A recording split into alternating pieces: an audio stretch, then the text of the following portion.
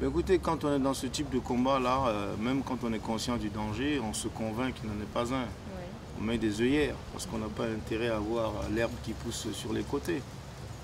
Et ben c'est comme ça, il faut fonctionner un peu comme un éléphant dans un couloir. Tu n'as pas d'autre choix que d'avancer.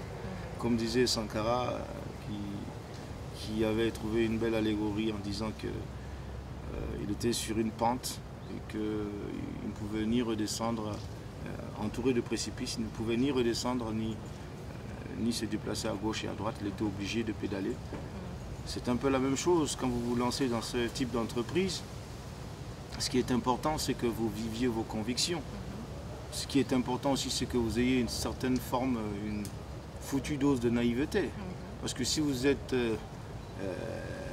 profondément réaliste, vous risquez de rebrousser chemin. Donc c'est cette naïveté-là, je crois, qui nous a guidés.